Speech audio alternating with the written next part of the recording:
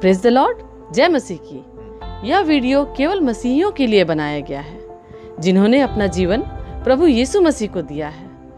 इस वीडियो से हमारा मकसद किसी व्यक्ति, जाति, धर्म अथवा संस्थाओं को ठेस पहुंचाना या उनके अनुयायियों का अपमान करना नहीं, बल्कि बाइबल की शिक्षाओं को आम लोगों तक पहुंचाना है। मुमकिन है कि बाइबल की ये शिक्षाएं कुछ लोगों की विचारधाराओं से मेल नहीं खाती, अतः उनसे अनुरोध है कि वे खुद को इस वीडियो से दूर रखें ताकि उनकी विचारधाराओं को ठेस न पहुंचे। आइए अब हम परमेश्वर का जीवित और सामर्थी वचन सुनते हैं भाई पॉल राजू के द्वारा। Praise the Lord. मैं पिता परमेश्वर को धन्यवाद करता हूँ कि उसने ये अवसर दिया कि मैं आपके सामने फिर परमेश्वर के सुंदर वचन के साथ उपस्थित हो सका। प्रियो, आज मैं कुछ जवान बच्चों से बात करना चाहता हूँ। हाँ प्रियो, आज मैं उन जवान बच्चों से बात करना चाहता हूँ जो आज परमेश्वर की आने वाली पीढ़ी और आने वाली नस्ल है, जिनके ऊपर परमेश्वर की कलीसिया का सारा दारोमदार है, जिसके ऊपर परमेश्वर की सारी कलीसिया रहती है, जिसके ऊपर सारी परमेश्वर की योजनाएं होती हैं। मैं आज उन जवान बच्चों से बात करना चाहता हूं जो आज हमारे मसीहत में एक बहुत बड़ा स्थान लेकर खड़े हैं। सो आइए प्रियो, मैं आज अपना ये विचार, अपना ये प्रचार, अपना ये स्टडी, अपना ये जो गुफ्तगू है वो मैं उन जवान बच्चों को डेडिकेट करता हूँ और परमेश्वर से प्रार्थना करता हूँ कि परमेश्वर आज की इस जवान पीढ़ी के लिए तो अपनी योजना उनके जीवन में प्रकट कर प्रभु जी, ताकि पिता परमेश्वर ये जवान बच्चे अपने जीवन को समझ सकें। हाँ प्रियो, बहुत देर ना हो जाए, इसलिए मेरे मन में आज ये बोझ आया कि मैं आज कुछ जवान बच्चों से बात करूं। तो आइए हम परमेश्वर के वचन में जाने से पहले हम प्रार्थना करें। महान सर्वशक्तिमान दयालु पिता परमेश्वर, मेरे प्रभु, मेरे परमेश्वर, आज के इस वचन को प्रभु मैं तेरे हाथों में सौंपता हूँ। विशेष करके पिता परमेश्वर, आज की इस जवान पीढ़ी को मैं तेरे चरणों में रखता हूँ प्रभु जी। प्रभु जी, इन जवान बच्चों के साथ तू बात कर प्रभु, इनके मनों को तैयार कर और होने दे पिता परमेश्वर कि आने वाली नस्ल जो प्रभु जी तेरे आगमन से पहले ये जो पीढ़ी है प्रभु जी, ये आपके लिए तैयार हो सके। हाँ प्रभु जी, एक भी जवान बहकाया और बरगलाया ना जाए। आशीष करिए प्रभु जी, यीशु के नाम से मांगते हैं, आमीन। आइए हम परमेश्वर के वचन से देखेंगे जो पाया जाता है दूसरा तीमुथियुस उसका दूसरा अध्याय, उसके 20 से लेकर 23 वचन तक। दूसरा तीमुथियुस उसका दूसरा अध्याय, उसका 20 से लेकर 23 तक। वहाँ इस प्रकार से लिखा है, बड़े घर में न केवल सोने चांदी ही के वरन काठ और मिट्टी के बर्तन भी होते हैं। कोई कोई आदर और कोई कोई अनादर के लिए। यदि कोई अपने आप को इससे शुद्ध करेगा तो वह आदर का पात्र, आदर का बर्तन और पवित्र ठहरेगा और स्वामी के काम आएगा और हर भले काम के लिए तैयार होगा। जवानी की अभिलाषाओं से भाग और जो शुद्ध मन से प्रभु का नाम लेते हैं उनके साथ धर्म और विश्वास और प्रेम मेल मिलाप का पीछा कर, पर मूर्खता और अविद्यता और विवादों से अलग रहकर, क्योंकि जानता है कि इसमें झगड़े उत्पन्न होते हैं। परमेश्वर अपने इस वचन को आशीष दे। मेरे प्रियो, आज मैं जो बात बोलने जा रहा हूँ बहुत ध्यान से और बहुत ही उचित शब्दों का मैं इस्तेमाल करूँगा। हो सकता है मेरे प्रचार में, इन मेरी बातों में अगर किसी को बुरा लगे या उसको ठेस पहुँचे या उसके अंदर की आत्मा उसको झिंझोड़े, पश्चाताप करे, क्योंकि पिता परमेश्वर का ये वचन मैं तैयारी में नहीं आया हूँ। मुझको सिर्फ परमेश्वर ने ये मन दिया, पवित्र आत्मा ने मुझको ये मन दिया और मैं ये आपके सामने लेकर बैठ गया। ये कोई मेरे पास तैयारी नहीं है, लेकिन मैं परमेश्वर का धन्यवाद करता हूँ कि वो मुझको ये बल देगा, ये ज्ञान देगा, ये बुद्धि देगा, ये शब्द देगा कि मैं आपको बता सकूँ। प्रियो, आज शैतान की यही मंशा है कि हमारी जवान बच्चे जो आज इस संसार में परमेश्वर के लिए समर्पित हैं, उन जवान बच्चों को वो बरगलाना चाहता है और साथ साथ वो आज जवान बच्चों के पीछे रहता है ताकि एक भी जवान बच्चा परमेश्वर को ना जान सके। अर्थात इस पीढ़ी को शैतान अपने हाथों में लेकर बहुत तेजी से इस्तेमाल। प्रियो, आज इस पीढ़ी को जब मैं देखता हूँ तो बहुत अफसोस होता है कि परमेश्वर के इन बच्चों को शैतान किस तरीके से अपने योजना के तहत इस्तेमाल कर रहा है। आज जब सारा बंद है, सब कुछ बंद है। सोचिए, मैं आपके सामने एकदम नेचुरल चीज़ को मैं पेश कर रहा हूँ, इसलिए मैं ये बात कर रहा हूँ आपसे। आज सारा सब कुछ लॉकडाउन हुआ है। कुछ जगह खुल गए हैं, कुछ मॉल खुल रहे हैं, बसेस चल रही हैं, अब ट्रेन भी चल रहे हैं, सब कुछ हो रहा धीरे धीरे। लेकिन अभी भी बच्चों को स्कूल जाने की इजाज़त नहीं है। सोच के देखिए, आज इस पीढ़ी को शैतान किस तरीके से अपनी गिरफ्त में ले चुका है। आज ऑनलाइन क्लासेस हो रही हैं। प्रियो, ये एक बहाना है कि आज ऑनलाइन क्लासेस हो रही हैं, बच्चों को टीचरें पढ़ा रही हैं, चाहे वो छोटी क्लासेस हों, बड़ी क्लासेस हों, और इंजीनियरिंग हो, मेडिकल हो, कुछ भी हो, आज ऑनलाइन क्लासेस हो रही हैं। ये ऑनलाइन क्लास का माध्यम क्या है? इस ऑनलाइन क्लासेस का माध्यम क्या है? माध्यम तो एक ही है ना, मोबाइल। और आज मोबाइल के माध्यम से शैतान हमारी जवान जनरेशन को किस तरीके से बर्बाद कर रहा है, ये तो आप अच्छे से जानते हैं। आज छोटे छोटे बच्चे जिनको अभी से मोबाइल की लत लगा दी जा रही है, ये एक बहाना है पढ़ाई का, ये एक बहाना है कि उसको कुछ सिखाना है। उनकी क्लासेस छूट रही हैं, उनके माँ बाप भी इसमें इन्वॉल्व हो रहे हैं कि बच्चों का क्लास छूट रहा है, अरे जाओ जी एक अच्छा मोबाइल खरीद के ला दो, एंड्रॉयड मोबाइल खरीद के ला दो, बच्चा उसमें क्लास करेगा। प्रियो, ये एक शैतान की बहुत बड़ी प्लानिंग है। आज आप आधे घंटे के लिए उस बच्चे को उस मोबाइल से रिश्ता लगा देते हैं, उसके क्लासेस के लिए।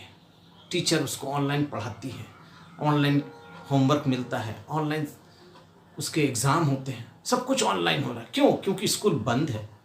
बच्चों का पढ़ना लाजमी है, ज़रूरी है, लेकिन माध्यम क्या है? माध्यम है मोबाइल। आज इस मोबाइल के जरिए उस छोटे से बच्चे को ये पता चल जाता है कि इस मोबाइल के अंदर है क्या चीज़। आप जिस भी ऐप के द्वारा उस ऐप से अपने टीचर्स को देखते हैं, उससे डायरेक्ट बात करते हैं, उसके टीचिंग को सुनते हैं, या नहीं तो उसको किसी भी एक माध्यम से मोबाइल के जरिए हेडफोन लगाकर उसको सुनते हैं। बच्चों के अंदर में ये एक क्यूरियोसिटी पैदा हो जाती है कि इस मोबाइल के अंदर हम क्या क्या काम कर सकते हैं। और जो थोड़े बड़े हैं, जवान बच्चे हैं, उनकी तो बात ही नहीं है। वो तो सोते ही मोबाइल के साथ है और उठते ही भी मोबाइल के साथ है। हाँ प्रियो, आज परमेश्वर के बच्चों को, परमेश्वर की कलीसिया के जवान बच्चों को आज मोबाइल बर्बाद कर रहा है। वो मोबाइल सिर्फ एक बहाना है कि बच्चे उसमें पढ़ाई करेंगे, ऑनलाइन देखेंगे, ऑनलाइन क्लासेस होगी, लेकिन ज़्यादा से ज़्यादा कितना टाइम क्लास करते हैं? आधा घंटा, 45 मिनट, 1 घंटा। बाकी का वक्त वो कहाँ जाता है? क्या उसके माँ बाप उनके हाथों से मोबाइल ले लेते हैं? क्या उस मोबाइल को छीन लिया जाता है? नहीं, बच्चे उसी मोबाइल के साथ खेलना शुरू कर देते हैं। कोई गेम खेलता है, कोई व्हाट्सएप करता है, कोई फेसबुक करता है, कोई चैटिंग करता है, कोई मूवीज़ देखता है, कोई ना कोई किसी ना किसी तरीके से उस मोबाइल का इस्तेमाल करता है। तो इस मोबाइल के जरिए आज शैतान आपको कौन सी जगह पर ले जाकर खड़ा करना चाहता है। हाँ प्रियो, मैं आपसे बहुत स्ट्रेट कट बात कर रहा हूं। आप उस मोबाइल में नेट भरवाते हैं। ये नेट का मतलब क्या होता है? नेट का मतलब होता है जाल। और ये जाल जब भरवाते हैं ना, तो इसमें आप फंसते हैं। जैसे एक बहेलिया चिड़ियों को फंसाने के लिए नेट डाल कर रखता है, और जब चिड़िया आती हैं, पक्षी आते हैं, उसमें फंस जाते हैं और बहेलिया आकर उसको अहेर कर लेता है। ठीक वैसे ही शैतान भी आज इस मोबाइल को एक जाल बनाकर, मोबाइल के अंदर नेट डालकर हमारे हाथों में दे दिया है, हमारे बच्चों के हाथों में दे दिया है, ताकि हम उसमें फंस जाएं। हम उसमें फंस जाएं। क्यों? क्योंकि आने वाले वक्त में वो हमारा अहेर करना चाहता है, हमें पकड़ना चाहता है। प्रियो, इस मोबाइल के जाल में आप जब नेट डाल देते हैं तो उसके अंदर आप कहां तक जाते हैं इसका अंदाजा आप नहीं है। आप किसी नेचुरल नेट के अंदर जब फंस जाते, किसी भी जाल के अंदर फंस जाएंगे, तो उसको आप फाड़ के तोड़ के निकल सकते हैं। संसारिक नेट से आप निकल सकते हैं, लेकिन ये जो नेट है, ये जो प्लान है, परमेश्वर की तरफ से नहीं है, ये शैतान की तरफ से है। इसको समझने की कोशिश कीजिए। ये जो नेट है, आज चाहे जितना जी भी आ जाए, 2G, 3G, 4G, 5G, 7G, 8G, जितना भी आ जाए, आज संसार में ये नेट पैक जो है ना, एक किस्म का शैतान की तरफ से दिया हुआ एक जाल है, ताकि जवान बच्चे इसमें फंस जाएं और इस जाल में फंस जाएं। आप मकड़ी के जाल से तो निकलते हुए देख लिया होंगे कि मकड़ी के जाल से चूंटी और परिंदे और कीटनाशक सब जो है निकल जाते हैं। मनुष्य भी कहीं कहीं फंस जाता है तो वो निकल जाता है, क्योंकि उसका उद्धार हो जाता है। लेकिन जब आप इस नेट में फंसते हैं ना, तो ये नेट आपको अंतिम क्षण तक, आपको बर्बादी के रास्ते तक लेके जाता है। हर नेट से निकलना आसान है, लेकिन इस मोबाइल के नेट से निकलना नामुमकिन है। अगर आप इसमें फंस गए, आपको इसमें से बचाने के लिए बहुत मुश्किल है। अगर आप इसके आदी हो गए, अगर आप इसमें फंसते चले गए। हाँ प्रियो, मैं बहुत कड़े शब्दों में आपको आज बताना चाहता हूं। आज बच्चों के लिए सारे रास्ते खोल दिया है शैतान इस मोबाइल के माध्यम से। ये मोबाइल नहीं है, ये हमारी आने वाली पीढ़ी के लिए एक मीठा जहर है। इस मोबाइल में आज सब कुछ है, अच्छे से अच्छी चीज़ है, बुरी से बुरी चीज़ है। आप इसका कितना इस्तेमाल करते हैं, ये आप पर डिपेंड करता है। आज आप इस मोबाइल के जरिए चाहे परमेश्वर से बहुत नज़दीक हो सकते हैं, और चाहे इस मोबाइल से परमेश्वर से बहुत दूर हो सकते हैं। और याद रखिए, जब आप परमेश्वर के नज़दीक आएंगे, तब आप इसमें सिर्फ वही चीज़ें देखेंगे, वही काम करेंगे जो परमेश्वर के तरफ से होती हैं, उनके योजना की तरह होती है, उनके योजनाबद्ध तरीके से चलाई जाती हैं, वो चीज़ देख सकते हैं। लेकिन जब आप संसारिक चीज़ों को इसमें देखना शुरू कर देंगे, तब आप इसमें फंस जाएंगे। और शैतान यही चाहता है कि वह इसमें फंसे, इस जाल में फंसे, इस नेट में फंसे। क्योंकि परमेश्वर का वचन जो मैंने अभी आपके सामने पढ़ा है, पहले 2 तीमुथियुस उसका 2:22 में लिखता है, जवानी की अभिलाषाओं से भाग और शुद्ध मन से प्रभु का नाम लेते, और धर्म, विश्वास और प्रेम और मेल मिलाप का पीछा कर। आज जवानों के पास इन सब बातों के लिए वक्त नहीं है, परमेश्वर की बातों के लिए वक्त नहीं है, परमेश्वर की इच्छाओं को जानने का वक्त नहीं है। वचन कहता है जवानी की अभिलाषाओं से भाग। आज हमारी अभिलाषा क्या है? आज हमारी अभिलाषा क्या है? प्रियो, आज यदि हम अपने आप को समझने की कोशिश करेंगे, तो आप जान जाएंगे कि हर वो चीज़ जो आपके मतलब की नहीं है, आपके मतलब की नहीं है, और वो आपके अंदर से प्रकट होती हैं, तो वो सारी चीज़ें आपकी अभिलाषाओं में बदल जाती हैं। अर्थात मैं वो कहना मांग रहा हूँ कि आपके आँखों से, आपकी इच्छाओं से, आपकी ज़रूरतों से ज़्यादा जो चीज़ आपके अंदर प्रगटीकरण होती है, जो चीज़ आपके अंदर में आपको वशीभूत कर देती है, या आपको माने अपने अधिकार में ले लेती है, आपको अपने बंधनों में बांध लेती है, वो आपकी अभिलाषाओं में बदल जाता है। हाँ प्रियो, आज जवान बच्चे दिन और रात कान में मोबाइल लगाए लगाए टिक टिक टिक टिक टिक टिक टिक टिक मोबाइल चलाते हैं। सुनाई नहीं दे रहा है क्या? घर में कोई बुला रहा है, एक कान से निकलते हैं, हाँ क्या बात है, हाँ ठीक है हम देख लेंगे समझ लेंगे, फिर लगा लिए, फिर टिक टिक टिक टिक। और कुछ ऐसे गेम हैं जिसके चलते आज जवान बच्चे बर्बाद हो गए। हाँ प्रियो, आज उन जवान बच्चों को देखकर बहुत दुख होता है, उन जवान लड़कियों को देखकर दुख होता है जो व्हाट्सएप, फेसबुक, ट्विटर और क्या टिकटॉक, जाने किस किस ऐप के माध्यम से अपने आप को लोगों के सामने प्रकट करते हैं। क्यों? ये मोबाइल आपके जीवन में जहर बनकर आ गया है। इसका इस्तेमाल बहुत कम कीजिए। और इसमें मैं खासकर उन बच्चों को बोलना चाहता हूँ जो अपने आप को बहुत तीसमार खां समझते हैं। मेरी बातों का बुरा मत मानिएगा, ये मैं पहले ही बोल चुका हूँ कि आप ये मत समझिएगा कि मैं आपको गलत बात इस्तेमाल कर रहा हूँ आपके लिए। नहीं, मैं प्रभु का दास होने के नाते आपको चेता रहा हूँ, सावधान हो जाइए मेरे बेटों, मेरी बेटियों, मेरे जवान बच्चों, सावधान हो जाइए, क्योंकि ये परमेश्वर की आवाज है। ये पीढ़ी परमेश्वर के आगमन को देखेगी। हाँ मेरे बच्चों, आप जो मोबाइल लिए हुए हैं हाथ में ना, ये शैतान आपको बर्बादी की तरफ ले जा रहा है। ये बहाने बहुत देगा लेकिन फायदे कुछ नहीं देगा। इसकी ज़रूरत को जब आप ज़रूरत से ज़्यादा इस्तेमाल करेंगे तब ये आपकी लालसा और आपकी चाहत बन जाएगी। आज जवान बच्चों को देखा हूँ, हाथ में मोबाइल है और सिर्फ सेल्फी लिए जा रहे हैं। अरे क्या सेल्फी ले रहे हो भाई? क्या दिखाना चाहते हो? क्या तुम कितने खूबसूरत हो? क्या चाहते हो दिखाकर? क्या तुम्हारी इतनी अच्छी दाढ़ी है?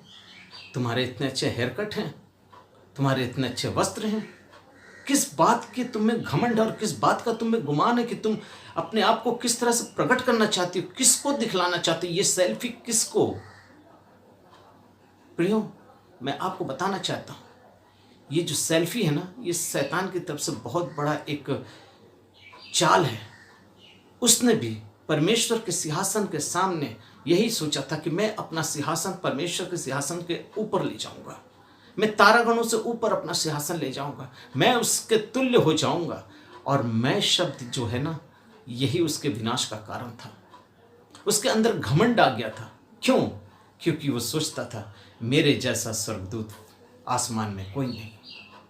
मैं जब चलता हूँ तो मेरे पंखों से ध्वनि निकलती है, मेरे सब पंखों से तरह तरह के वाद्यों के आवाज़ निकलते हैं। परमेश्वर की आराधना, परमेश्वर के सिंहासन के सामने मैं सबसे बड़ा आराधक हूँ और मैं परमेश्वर की आराधना को लीड करता हूँ, ये उसके अंदर था। और आज वो सोचा मैं सबसे खूबसूरत हूँ, मैं सबसे अच्छा हूँ, मैं और मैं और मैं। ये जो बच्चे जो अपने हाथ में सेल्फी लेकर अपनी तस्वीर खींचते हैं ना, इसका मतलब क्या है? इसका मतलब क्या है?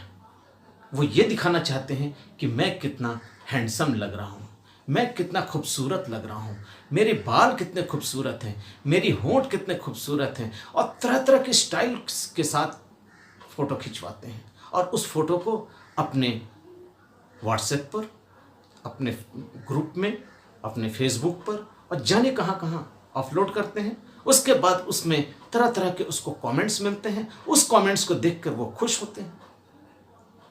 आज कुछ बहनों को कमेंट्स मिलते हैं तो वो बहुत खुश होती हैं कि हमको चाहने वाले, मुझको लाइक करने वाले, मुझको इतने अच्छे अच्छे लोग मिल गए। अरे तुमको संसार लाइक कर रहा है, तुमको परमेश्वर पिता संसार से अलग करके तुमको चुना है क्योंकि तुम परमेश्वर के खरीदे हुए संतान हो। तुम उसके लायक बनो, पहले तुम उससे लाइक कर लो, उसके साथ अपना चैटिंग कर लो, ताकि परमेश्वर तुमको पसंद कर ले।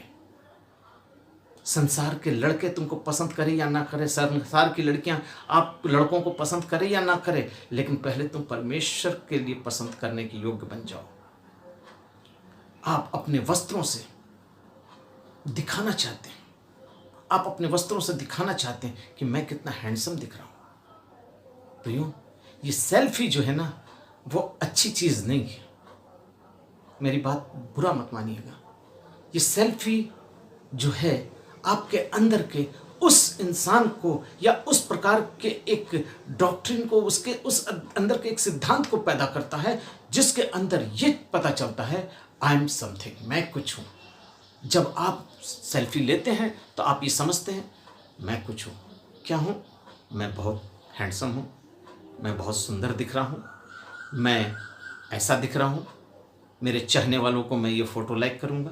कुछ ग्रुप में फ़ोटो लेते हैं और तो और इनको पता नहीं है ये कौन सी साइन बना कर लेते हैं। ये साइन बनाते हैं, ये बनाते हैं, ये बनाते हैं, और जाने क्या क्या साइन है। इन साइन का मतलब मैं आपको समझाऊंगा ना, तो ये पूरा शैतान का राज्य का साइन है।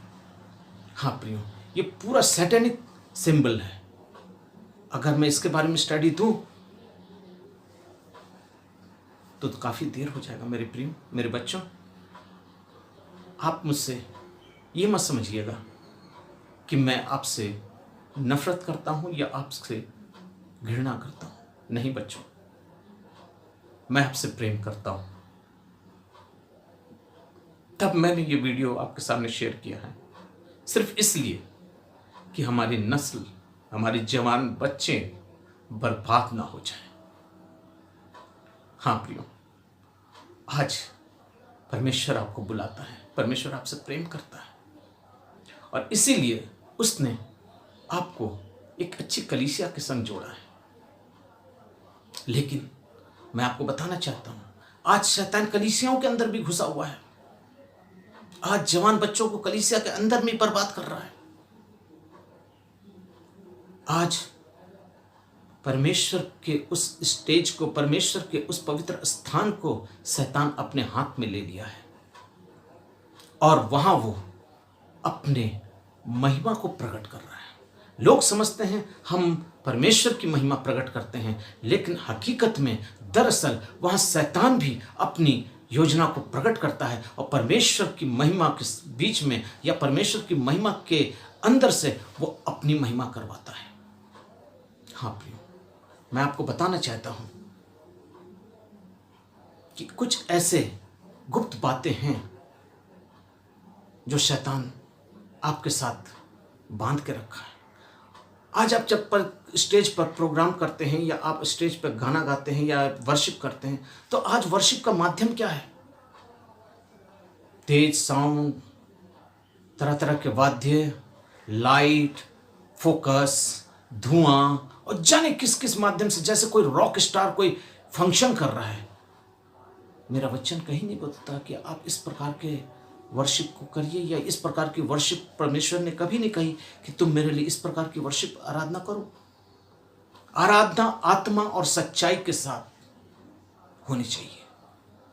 आप करते हैं, वेरी गुड, बहुत अच्छी बात है, आराधना कीजिए, लेकिन उस आराधना में अपने परमेश्वर की महिमा होनी चाहिए, ना कि आपकी। लोग ये ना देखकर समझें कि इसमें ये कुछ व्यक्ति अपने आप को प्रगटीकरण करता है। वो आपको प्रकट करता है, अंदर के हम को प्रकट करता है। वो अंदर के आपके उस जो आपके अंदर जो छुपा हुआ है, वो उसको प्रकट करता है।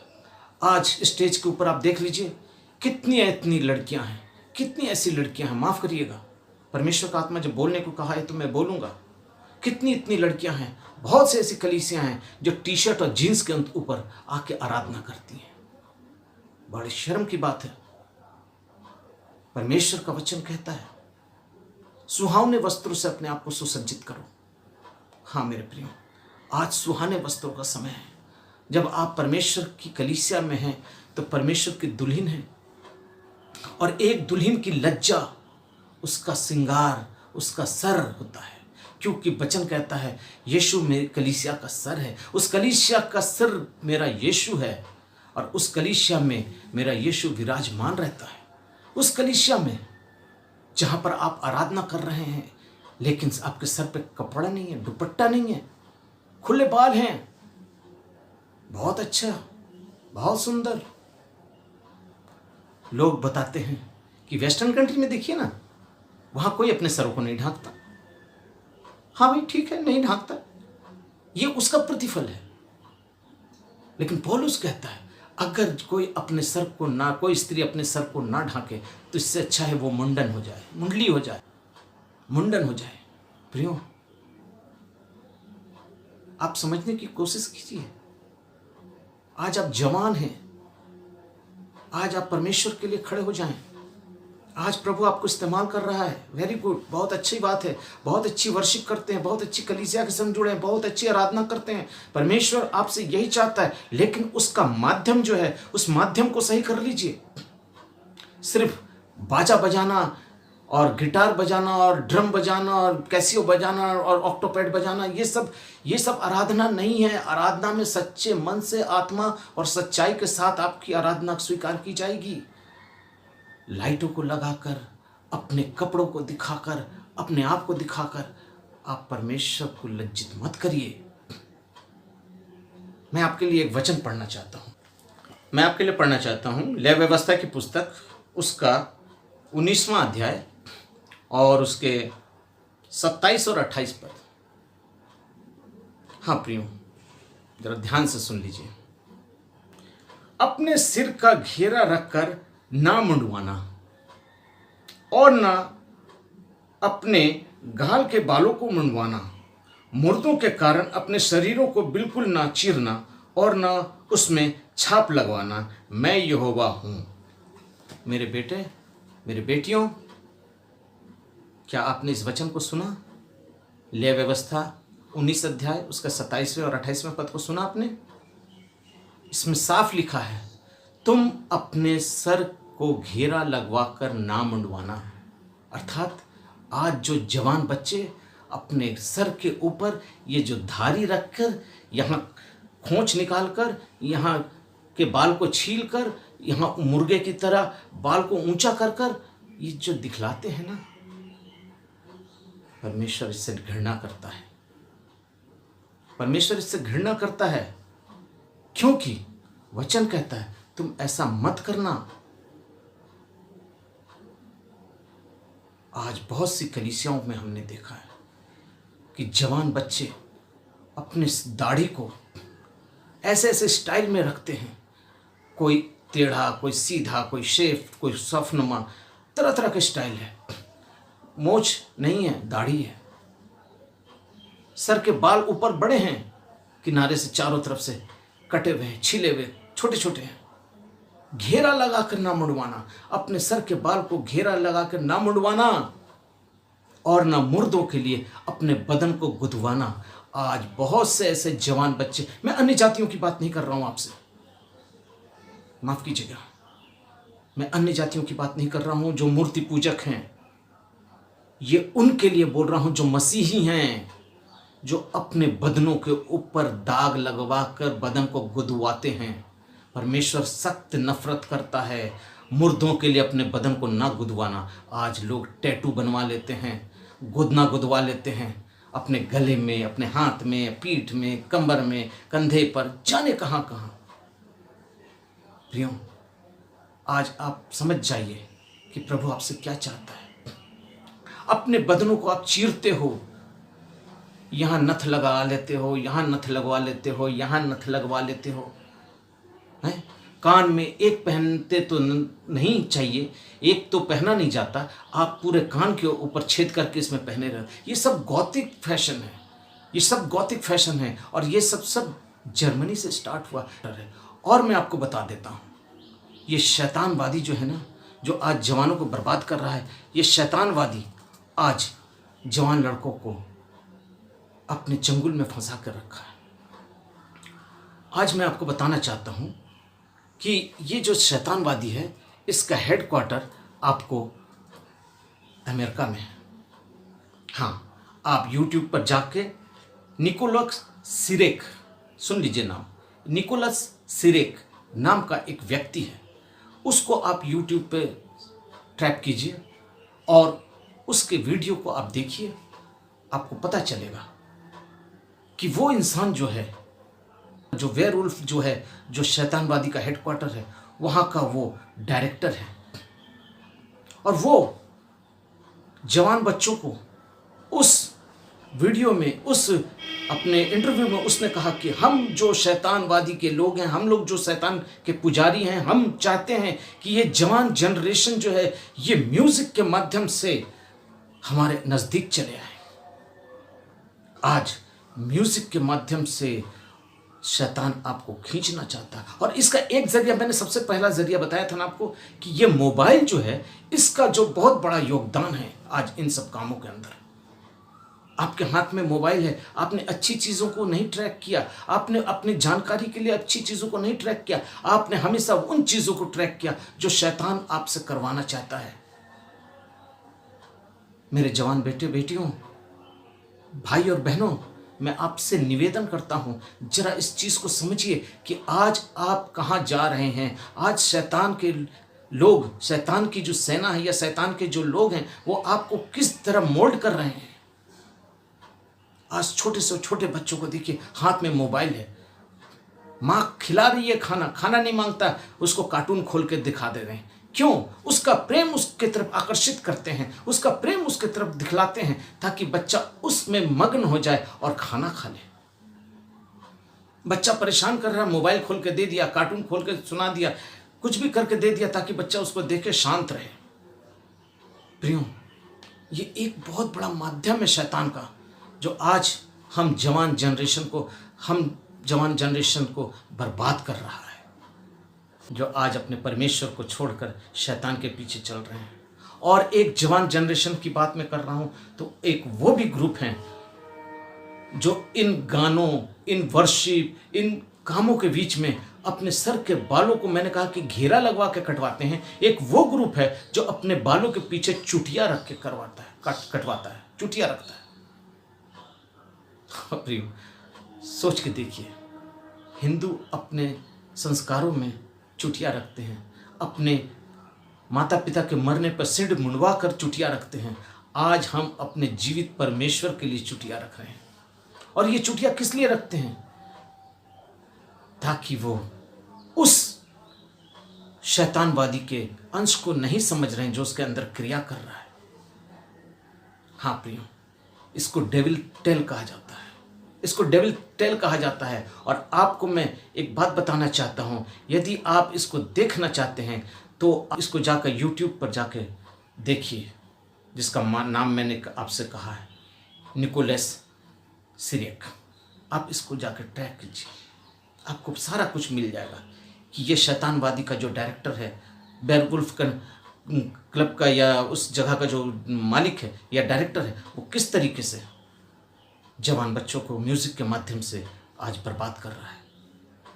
शैतान की उपासना हम परमेश्वर की उपस्थिति में करते हैं, लेकिन आज हम शैतान की उपासना करते हैं। क्यों? क्योंकि उसने मुझको हमारे अंदर, उस हमारे ज़मीर को खरीद लिया है, हमको अपने कब्जे में कर लिया है। हम अपने बदनों पे गोदना गुदवा लिए हैं, हम अपने आप को उसके हाथ में गिरवी कर दिए। मैं बताऊं, प्राचीन काल में जो लोग हुआ करते थे, जो लोग बाल देवता के पुजारी थे, जो बाल देवता की पूजा करते थे, वो लोग इस काम को करते थे, वो अपने शरीरों को खुदवाते थे। जब आप एलिया से संबंधित या दूसरा राजा की किताब को पढ़ेंगे, उसमें आपको ये जिक्र मिलेगा। लेकिन आप बाइबल पढ़िए तो सही। आप जब बाइबल पढ़ेंगे तो इन सारी बातों को आपको पता चल जाएगा कि ये काम क्यों और कैसे कौन करवाता था। प्रियो, आज परमेश्वर का आत्मा मुझको बोझ के साथ ये बोझ दिया, तब मैं आपसे ये बात कर रहा हूँ। आज कलीसिया में शैतान अपने उस काम को, अपने उस प्लान को सक्सेस करना चाहता है, जिसको लेकर वो आज इस धरती पर गिराया गया था, सिर्फ और सिर्फ घमंड। और इसका एक ही कारण है कि वो आपके अंदर में डाल देता है। आपको लाइक करने वाले, आपको शेयर करने वाले, आपको मोबाइल के माध्यम से वाहवाही देने वाले, आपको इस तरीके की माने आराधना और स्तुति और आपको इतना ऊंचा ले जाते हैं कि आप उसमें फूले नहीं समाते। प्रियो, आज आत्मा और सच्चाई के साथ आपकी आराधना होनी चाहिए। आज मैं उन जवान बेटियों से भी कह रहा हूं जो अपने वस्त्रों को सुहावने नहीं बनाती हैं। वचन कहता है कि हमें अपने उन कपड़ों से परमेश्वर की महिमा करनी है जो वस्त्र हमें सुहावने लगते हैं। बाइबल में साफ लिखा है कि पुरुष स्त्रियों के और स्त्रियां पुरुष के वस्त्र ना पहने। प्रियो, मैं आपको बताना चाहता हूं, क्या ये जो जींस पहनकर, टी शर्ट पहनकर आप जो स्टेज पर खड़ी होकर परमेश्वर की आराधना करती हैं, यह क्या आपको शोभा देता है? आपकी लज्जा को ढांकने के लिए आपके पास दुपट्टा भी नहीं है। ये किस जगह हैं आप और किसकी आराधना कर रहे हैं? क्योंकि व्यवस्था विवरण उसका 22वां अध्याय और उसके 25वें पद, 5वें पद में, सॉरी, व्यवस्था विवरण 22वां अध्याय उसके 5वें पद में लिखा है, कोई स्त्री पुरुष का पहनावा ना पहने और ना कोई पुरुष स्त्री का पहनावा पहने, क्योंकि ऐसे काम के सब करने वालों से यहोवा घृणा करता है। प्रियो, अब आप ये जान जाइए कौन सा स्त्री का वस्त्र है, कौन सा पुरुष का वस्त्र है। मेरे पास वक्त नहीं है कि मैं इस वीडियो को और ज़्यादा डिटेल्स में ले जाऊं, लेकिन परमेश्वर ने आपको ज्ञान, बुद्धि, समझ सब दी है। आप खुद जान जाइए कि इसमें आप कौन से वस्त्र आपको पहनने चाहिए। क्योंकि पहला पत्रस उसका 3रा अध्याय उसका 3 से 5 तक में लिखा है, और तुम्हारा श्रृंगार दिखावटी ना हो, अर्थात बाल गूंथने और सोने के गहने और भांति भांति के कपड़े पहनना। तुम्हारा छिपा हुआ गुप्त मनुष्यत्व नम्रता और मन की दीनता के अविनाशी सजावट से सुसज्जित रहे, अविनाशी सजावट से सुसज्जित रहे। हाँ प्रियो, क्योंकि परमेश्वर की दृष्टि में ये मूल्य बड़ा है। और पूर्व काल की स्त्रियां भी जो परमेश्वर पर आशा रखती थीं, अपने आप को इसी रीति से अपने पति के अधीन रहती थी। हम सब प्रभु यीशु मसीह की दुल्हन है, वो हमारा पति है, क्योंकि हम उसकी दुल्हन हैं। कलीसिया प्रभु की दुल्हन है। हम जवान, हम बुजुर्ग, हम स्त्री, पुरुष जो भी हैं, आज हम उसकी दुल्हन हैं। हम अपने दूल्हे के लिए अपने आप को किस तरह से संवारेंगे, किस तरह से सजाएंगे। आज YouTube में बहुत से उपदेशक, बहुत से शिक्षक, बहुत से ज्ञानी और बहुत से प्रखंड ज्ञान बांटने वाले लोग कहते हैं इन वस्त्रों को पहनने में कोई आपत्ति नहीं है। प्रियो, अगर आप वचन को पढ़ना मांगते हैं, वचन को सुनना मांगते हैं, तो वचन को सुनिए। और अगर उस मनुष्य को सुनना मांगते हैं तो उस मनुष्य को सुनिए, क्योंकि आपका उद्धार प्रभु यीशु करेगा, वो मनुष्य नहीं करेगा। जितनों को मैंने सुना सब ने ये कहा कि ये वस्त्रों से कुछ लेना देना नहीं है, आपका मन साफ होना चाहिए। अरे भाई, मन कहाँ से साफ होगा जब तुम्हारा वस्त्र ही तुम्हारे योग्य नहीं है। तुम्हारे वस्त्र को देखकर अगला तुम्हारे ऊपर चीटाकसी कर रहा है, अगला तुमसे ठोकर खा रहा है, तो तुम्हारा वस्त्र सुहावने कहाँ हो गया। वस्त्र तो कहता है तुम्हारा वस्त्र सुहावने हो, तो वस्त्र सुहावन है कहाँ। अगला तो ठोकर खा रहा है उससे, चाहे वो स्त्री हो चाहे वो पुरुष हो। पुरुष के कपड़े देखकर, पुरुष के रख रखाव सजावट को देखकर स्त्रियां गिरती हैं, स्त्रियों के सजावट और कपड़ों को देखकर पुरुष गिरते हैं। ये हम आपस में ही हमारी आत्मिकता खराब हुई जा रही है। आपको मालूम है, मैं आपको एक पद पढ़वाना चाहता हूं, वहां साफ लिखा है कि यहोवा परमेश्वर जो है वो मेरा पति है। पति, ऐसा शब्द आपने शायद बाइबल में खोज के निकाला है कि नहीं निकाला है, लेकिन मैंने खोज के निकाला है, ये शब्द है पति। और वहां लिखा है, आप निकाल लीजिए मेरे साथ, यशाया 54 54 उसकी 5वीं आयत, यशाया 54 उसकी 5वीं आयत, क्योंकि तेरा कर्ता तेरा पति है, उसका नाम सेनाओं का यहोवा है। तेरा कर्ता तेरा पति है, जिसका नाम सेनाओं का यहोवा है। हाँ प्रियो, आज वो परमेश्वर हमारा पति है जो अपनी दुल्हन को लेने के लिए आएगा। आज हमें तैयार होना है और उसको तैयार होना है, उस जनरेशन को तैयार होना है, उसको तैयार होना है जो उसके साथ बादलों में जाने के लिए तैयार बैठी हैं। आज उस जनरेशन को प्रभु लेने आ रहा है, क्योंकि परमेश्वर का वचन कहता है तुम्हारा सजावट दिखावटी ना हो। मुझको बाइबल में एक दृश्य याद आता है, जब इलिजाबेल रानी, आपने पढ़ा होगा, जिसका जिक्र आपको दूसरा राजा उसका 9वां अध्याय उसके 30 से 37 में आपको मिलेगा। मैं ये आपको इसलिए बतला रहा हूँ बच्चों, बेटों, इस सब चीज़ों को निकाल के पढ़ लेना। मैं कोई लॉन्ग यहोवा कहानी नहीं बता रहा हूँ। मैं आज बहुत बोझ के साथ आपसे बात कर रहा हूँ। आप इस चीज़ों पर देखिए। वहाँ पर वो रानी जो है इलिजाबेल, जब अब अपने आँखों को में सुरमा लगा के अपने वस्त्रों से और उसको यहू को आकर्षित करना चाहती है, अपने बालों को सजाती है, अपने होठों को, अपने माने कहने का मतलब अपने आप को श्रृंगार करती हैं। आज इन आँखों की जो सजावट है ना, अगर मैं उसके बारे में आपको बात करूँ ना, तो आप डर जाएंगे। यस माय डियर बेटे बेटियों, मेरे प्रियो, आप डर जाएंगे कि आप सोचते हैं सिर्फ प्लकिंग करवा लेना, आईलाइनर लगवा लेना, लिप्स करवा लेना, ये आप छोटी मोटी बात समझती हैं, लेकिन बाइबल में इनके भीतर की बहुत गंभीर परिणाम हैं। इसके ऊपर परमेश्वर का बहुत बड़ा कलाम है, जिसको मैं अगर इस वक्त खोलूं तो बहुत देर होगी, बहुत टाइम लग जाएगा।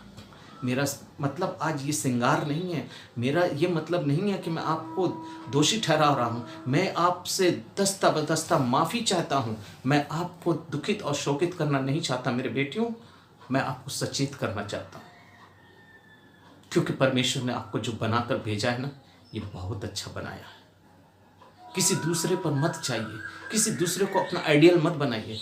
अगर आपको आइडियल बनाना है और बनना है तो अपने यीशु को बना लीजिए। मैं उन सब रास्तों से निकल कर आया हूँ।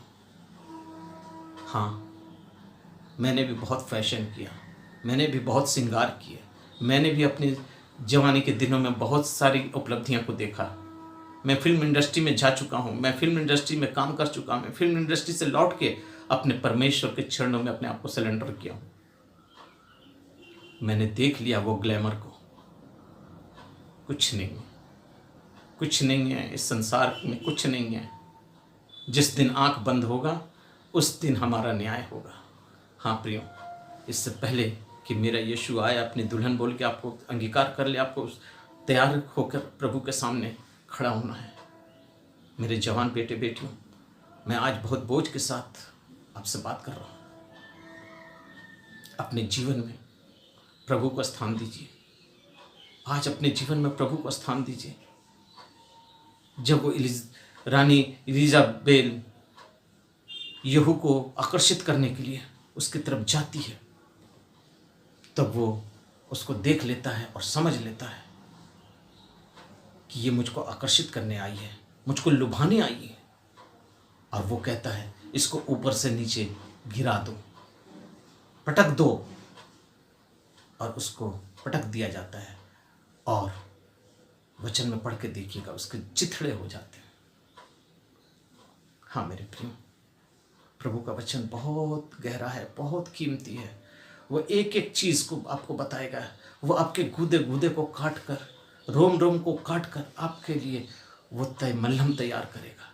प्रियो, मैं वो बोलने वाला हूँ, मैं वैसा बोलने वाला हूँ जो होम्योपैथिक दवाई मीठी गोली देकर आपके घाव को नासूर बनाने वाला नहीं हूँ। मैं वो डॉक्टर हूँ जो आपके घाव को काटता है, चीरता है, फाड़ता है, उसके अंदर से मवाद निकालता है और तब उसके ऊपर मलहम और पट्टी करता है। मेरा वचन बहुतों ने मुझको नेगलेक्ट किया, बहुतों ने मुझको अपनी जगह से धुतकार के हटन को हटा दिया। क्यों? क्योंकि वचन कहता है वो अपनी कानों की खुजली के कारण अपने लिए बहुत से उपदेशक ढूंढ लेंगे। हाँ प्रियो, आज हमें जैसा अच्छा उपदेश चाहिए, आशीष चाहिए, ब्लेसिंग चाहिए और हमारे मतलब का उपदेश चाहिए, वही मिल चाहिए मुझको। लेकिन परमेश्वर का वचन ये नहीं कहता। परमेश्वर का वचन कहता है उसे डांट ताड़ना दे, क्योंकि वो तेरे योग्य बने। प्रभु चाहता है उनको डांटो, उनको ताड़ना दो। तो डांटने का अधिकार तो मेरे पास नहीं है, ना ही ताड़ना देने का अधिकार मेरे पास है, क्योंकि मैं प्रभु का छोटा सा खादिम होने के नाते मैं यही कहूँगा कि बेटे, मेरे बेटे, आप प्रभु के लिए अपने आप को समर्पित कर दें।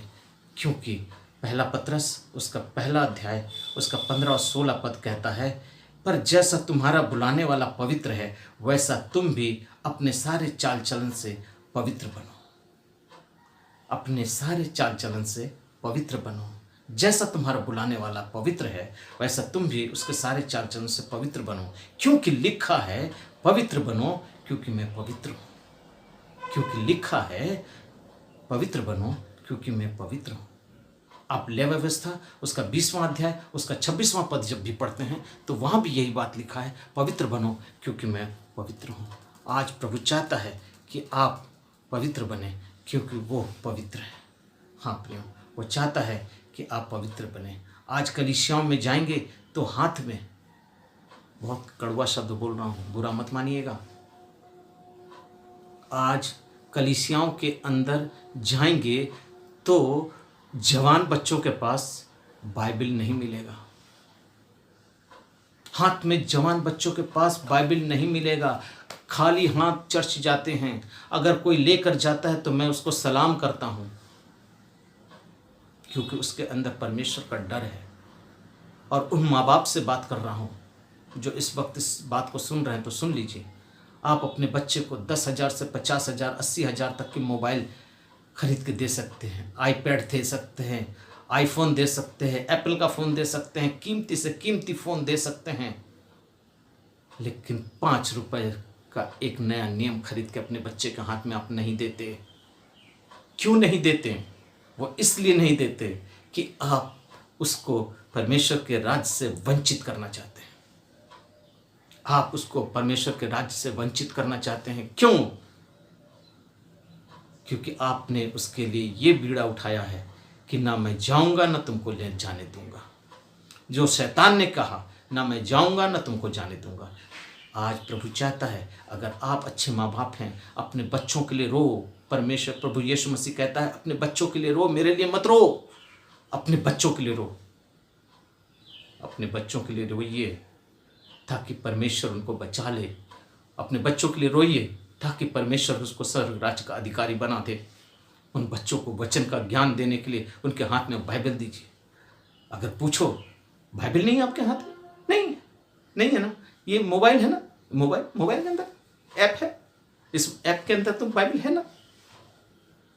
कितना इजी तरीके से शैतान आपके अंदर चला गया। और जब वचन बोला जाता है आप मोबाइल चलाते हैं। सोच लीजिए, ना शैतान आपको बाहर छोड़ा, ना आपको चर्च में छोड़ा, कहीं नहीं छोड़ा। वो परमेश्वर के भवन के अंदर भी आज घुसकर हम जैसे जवान बच्चों को बर्बाद कर रहा है। सिर्फ जरिया क्या है? मोबाइल। आज आप जितना फैशन देखना चाहते हैं मोबाइल में देख लीजिए, जितना कुकर्म देखना चाहते हैं देख लीजिए, जितना भी ब्लू फिल्म देखना चाहते हैं। आज के बच्चों से मैं बोल रहा हूँ, बुरा मत मानना मेरे बेटे बेटियों, तुमने जो ये पाप किया है, तुमने जो ये व्यभिचार किया है, इसके लिए कोई और दोषी नहीं है, तुम खुद दोषी हो। परमेश्वर व्यभिचार से घृणा करता है। तुम्हारे आँख अगर निर्मल होंगे तो तुम्हारा सारा शरीर निर्मल होगा। अगर तुम्हारा आँख तुम्हें ठोकर खिलाता है तो पूरा शरीर ही तुम्हारा बर्बाद हो गया है। इन आँखों में तुमने क्या देखा है? संसार की लालसा, संसार की अभिलाषा, संसार का चकाचौंध, संसार की बातें। इस मोबाइल में तुमने खोजा क्या है? हाँ प्रियो, मेरे बेटे बेटियों, आज तुमने खोजा क्या है? मैं एक दफ़ा एक जगह यूथ काउंसलिंग के लिए गया था। ऐसे मैं बहुत जगह जाता हूँ, लेकिन एक जगह मैं गया। जब मेरी मीटिंग ख़त्म हुई, दूसरे दिन की, पहले दिन लोग मुझसे परिचित हुए, बात की। कुछ लोगों ने मुझको अपने घरों पे आने के निमंत्रण किया। कुछ लोग मुझको बोले कि भाई साहब जाने से पहले मेरे घर आइएगा। मैंने कहा माफ़ कीजिएगा, मैं पादरी नहीं हूँ। मैं आपसे अभी भी कह रहा हूँ, मैं पास्टर नहीं, मैं प्रभु का एक छोटा प्रचारक हूँ। I am a evangelist. लेकिन उन्होंने मुझको कहा पादरी साहब मेरे घर आइएगा। मैं एक जगह गया, घर गया, और उनके घर का जो दृश्य देखा, मैं आपके सामने इस वक्त बयान करने की हालत में नहीं हूँ। मैं दूसरे दिन की जब मीटिंग ले रहा था, तब कुछ जवान बच्चे उस प्रचार के बीच में फूट फूट कर रो रहे थे, फूट फूट के रो रहे थे। ऐसा लग रहा था कि जैसे लड़की विदा होते समय पिता रोता है फूट फूट कर। वो जवान बच्चे, वो लड़कियां, वो लड़के बिलख के रो रहे हैं। मैंने बोला ये क्या हो गया? परमेश्वर का आत्मा ने कहा तुम अपना प्रचार मत करो, तुम बोलते जाओ। और मैं बोलता गया। थोड़ी देर के बाद वो बच्चे शांत हो गए, और जब चर्च ख़त्म हुआ, मैंने उनसे बात किया। उन्होंने कहा सर, मैंने अपनी ज़िंदगी में ऐसे गलतियाँ, ऐसे पाप किए, ऐसे बातें की, सब मुझको बोले जा रहे हैं। हमने कहा मेरे सामने बोलने की कोई आवश्यकता नहीं। अपने परमेश्वर के सामने जाओ और अपने परमेश्वर के सामने अपने आप को उंडेल दो और परमेश्वर से बात करो कि प्रभु मैंने तेरे विरुद्ध और तेरे वचन के विरुद्ध पाप किया है। अपना अंगीकार करो। किसी मनुष्य के सामने मत जाना, किसी मनुष्य के सामने जाकर अपने पापों का अंगीकार मत करना। उसमें से एक बच्चा जो था वो ऐसी कलीसिया का था जो मनुष्यों के सामने अपने पाप स्वीकार करते हैं। उसने कहा तब कहाँ जाएं? हमने कहा कहीं मत जाओ, गुप्त में अपने कमरे में जाओ, बैठो, और जो आंसू आज तुम मेरे सामने बहा रहे हो, ये आंसू अपने परमेश्वर के सामने बहा दो और बोलो प्रभु मैंने पाप किया है, मैं पाप किया हूँ। आज मुझको उस लड़के ने धोखा दिया है, आज मुझको उस लड़की ने धोखा दिया है, आज उस लड़की के चलते मैं अपना जीवन बर्बाद कर चुका हूँ, मैं आज उस लड़की के चलते अपना सारा कुछ बर्बाद कर चुका हूँ, मैं आज नशे में गिरा हुआ हूँ, आज मैं ड्रग एडिक्ट हूँ, मैं आज इस हालत में हूँ कि समाज में मेरी कोई पूछ नहीं है, मेरा घर परेशान है, मेरे लोग परेशान हैं, मेरी कलीसिया परेशान है, मेरे माता पिता ने बहुत दफ़ा मुझको सुधारने की कोशिश की लेकिन मैं नहीं सुधर पाया। लेकिन आज प्रभु तो मुझको बचा ले। आज मेरे इस वचन को अगर आप सुन रहे हैं तो मेरे प्रिय बेटे बेटियों, अगर आप सचमुच अपना जीवन प्रभु को देना चाहते हैं तो अपने जीवन में से मोबाइल की जो औकात है, मैं बात कर रहा हूँ मोबाइल का जो औकात है, इस औकात को नीचे कर दीजिए। अगर आपको इसकी ज़रूरत है तभी आप इसका इस्तेमाल कीजिए, वरना इसको अपने से दूर रख दीजिए। इसकी फ्रीक्वेंसी भी आपको बर्बादी पे ले जाती है, आपको नहीं मालूम है। इसकी फ्रीक्वेंसी भी आपको बर्बाद कर देती है। ये जितना आपके शरीर से अटैच रहेगा, इसकी फ्रीक्वेंसी आपके शरीर के अंदर उतना ही ज़्यादा काम करेगी और आपके शरीर के अंगों को, अंदरूनी अंगों को बर्बाद कर देगी। आप रात भर कंबल ओढ़ के आप चैटिंग करते हैं। मेरे प्रियो, रात को जगने वाला जो होता है, रात को जगने वाला वो होता है, वो इंसान नहीं होता। परमेश्वर ने हमें रात दिया है आराम के लिए। आप रात भर जानवरों की तरह अहेर करने निकलते हैं। आज इस चैनल के माध्यम से आज इसको लॉगिंग कर रहे हैं, आज उससे फिर बात कर रहे हैं, आज उससे चैटिंग कर रहे हैं, आज वहाँ कर रहे हैं, ये कर रहे हैं, वो कर रहे हैं। रात भर आप अहेर करते हैं। जैसा जानवर रात भर अपने भोजन की तलाश में रहता है, वैसे आज जवान बच्चों तुम अपने भोजन की वासना के भोजन की तलाश में हो। माफ करना बेटा। और दिन में तुम सोते हो।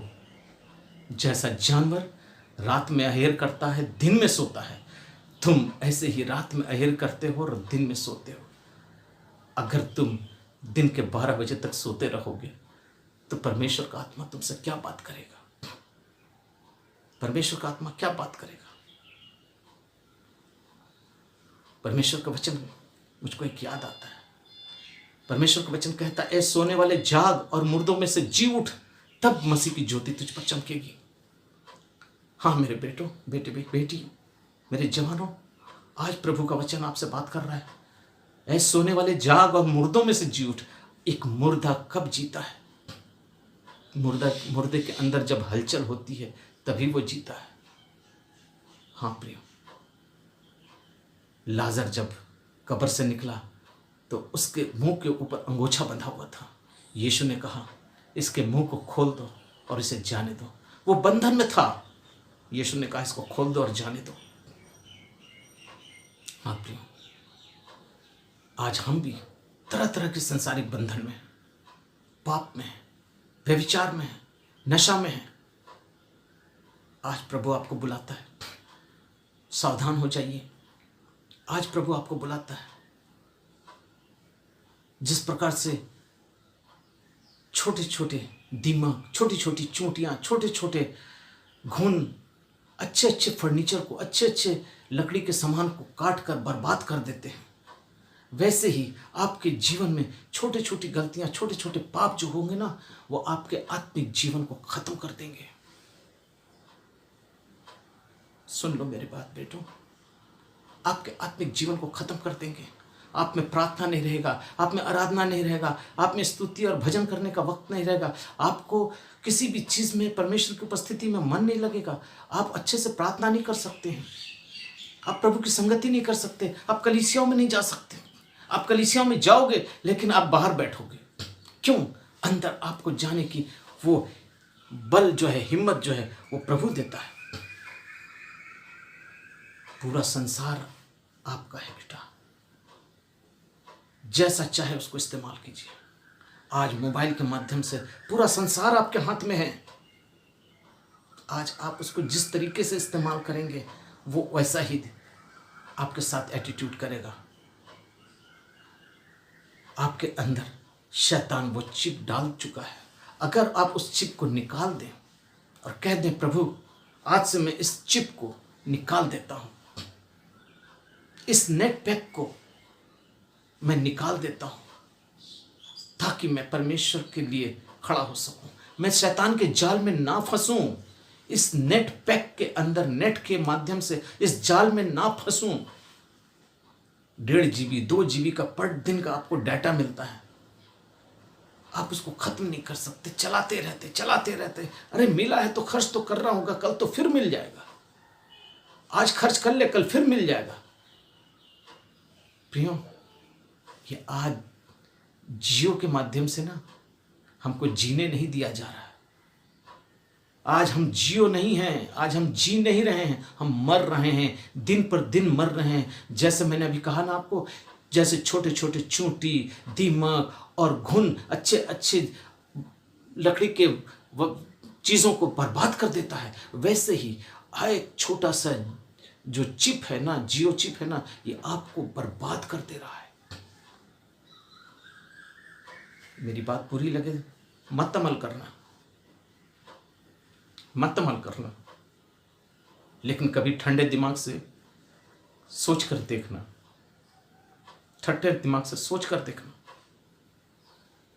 कि ये छोटा सा प्रभु का एक तुच्छ इंसान, मैं अपने को महान नहीं बनाता, मैं अपने को बड़ा नहीं करता, लेकिन तुच्छ इंसान जो आज ये बात आपको कह रहा है, ये आपके आत्मिक जीवन में फल लाने वाला बात है। अगर आप इसको मानोगे तो आपका घर सुधर जाएगा, आपके माँ बाप खुश हो जाएंगे, आपकी आने वाला जनरेशन आपको खुश हो जाएगा। क्यों?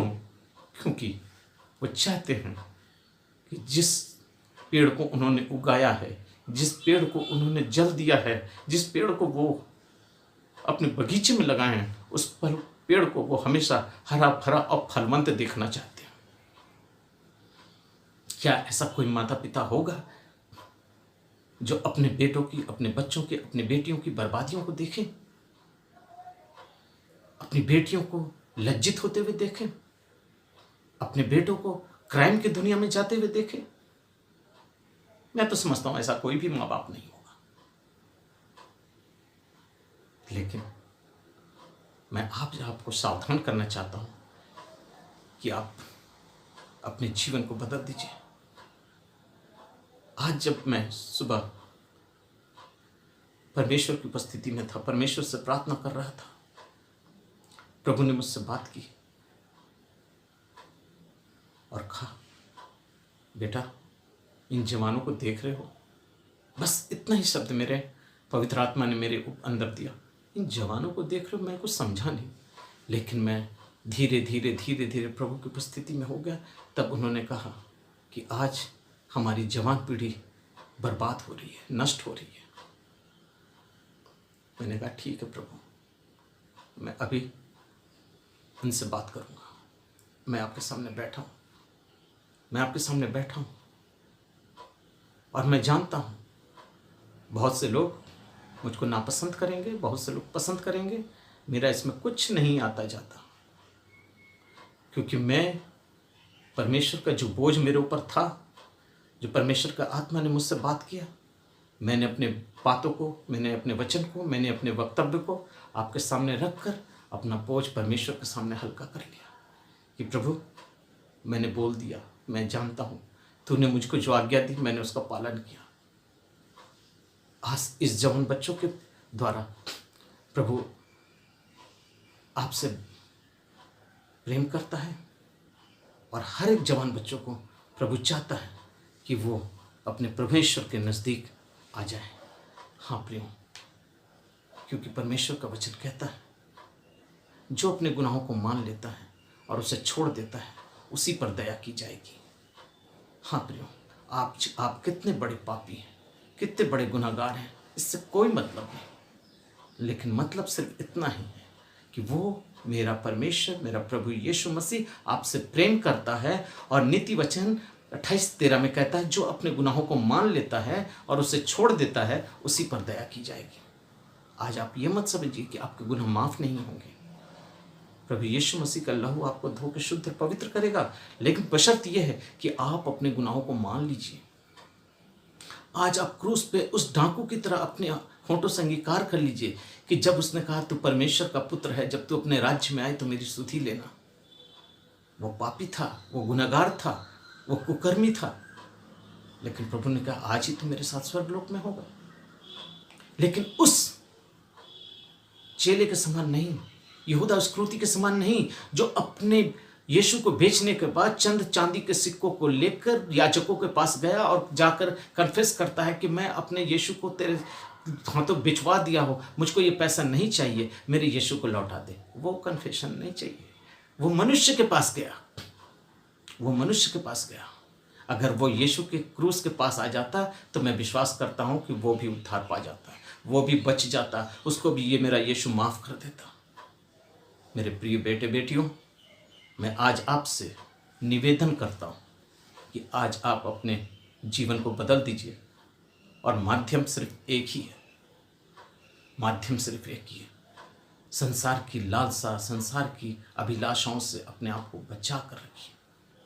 शैतान ने अधन की वाटिका में हवा को भी इन्हीं 3 चीज़ों में गिराया था और आज वो इन्हीं 3 चीज़ों में हमें भी गिराता है।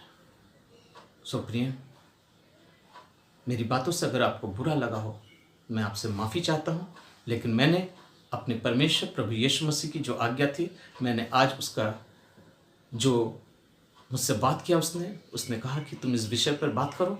मैं आज उस विषय पर बोल के अपने आप को बहुत हल्का महसूस कर रहा हूँ और थोड़ा ही कहा हूँ। बहुत कहना तो चाहता था, लेकिन कुछ लोगों को मैं जानता हूँ तकलीफ़ होगी, लेकिन मैं आपसे साफ कहता हूँ कि प्रियो, इसमें बुरा बात नहीं है, कुछ बुरा मत मानिएगा, इसको किसी और तरीके से मत लीजिएगा, क्योंकि ये परमेश्वर की तरफ से मेरे मुंह से निकली हुई वो बातें हैं जो उसने मुझसे आपको कहने को कहा। क्योंकि आज हमारे जवान बच्चे इन्हीं कुछ कारणों से बर्बाद हो रहे हैं। जो बातें वचन में नहीं हैं वो परमेश्वर की आज्ञा नहीं है, और जो वचन में है वो परमेश्वर की आज्ञा है। आज आप अपने जीवन को सही कर लीजिए और अपने प्रभु के सामने अपने आप को समर्पित कर दीजिए, ताकि पिता परमेश्वर आपको अपने योग्य बनाए। आइए हम सब प्रार्थना करें। आइए हम सब प्रार्थना करें। महान परमेश्वर, सर्वशक्तिमान दयालु पिता परमेश्वर, प्रभु जी, पिता परमेश्वर, आज हम इस वचन के द्वारा प्रभु जी, मैंने जवान बच्चों से बातें की प्रभु जी। बातें तो बहुत थी प्रभु जी, परंतु मैं थोड़े ही शब्दों में बहुत कुछ कहने की कोशिश किया प्रभु जी। प्रभु, आज तू इन जवान बच्चों को तो आशीष कर, इस पीढ़ी को तू बचा ले मेरे प्रभु, ताकि पिता परमेश्वर ये पीढ़ी आपके आगमन को देख सके। इन जवान बच्चों को प्रभु जी मोबाइल और इंटरनेट के जाल से तू बचा ले मेरे प्रभु, ताकि पिता परमेश्वर वो आपके राज्य के वारिस बन जाए। इस मोबाइल और इंटरनेट के माध्यम से शैतान इनके जीवन में बहुत से कामों को कर रहा है प्रभु जी। मैं आज उस सारी ताकतों को यीशु नासरी के नाम से मैं तोड़ता हूँ प्रभु जी। Yes daddy, touch, yes daddy, touch in the name of Jesus. एक एक सुनने वालों को आशीष कर प्रभु जी, और उनके मनों को तैयार कर। पवित्र आत्मा उनके जीवन में काम करे। उन माँ बापों को आशीष कर प्रभु जी, जो अपने बच्चों को सुधारने के लिए तुझ पे विश्वास करते हैं प्रभु जी। ओ पिता परमेश्वर, होने दे एक एक आत्मा बच जाए मेरे प्रभु जी। दया करिए, एक एक घर को, एक एक परिवार को, एक एक बच्चों को, एक एक उन लोगों को आशीष कर पिता परमेश्वर, जो तुझ पर विश्वास करते हैं, तेरे वचन पे विश्वास करते हैं और तेरे आगमन के लिए बाट जोतते हैं प्रभु जी। प्रभु दया करिए, आशीष कीजिए। आदर और महिमा आपको देते हैं पिता, यीशु के नाम से मांगते हैं, आमीन।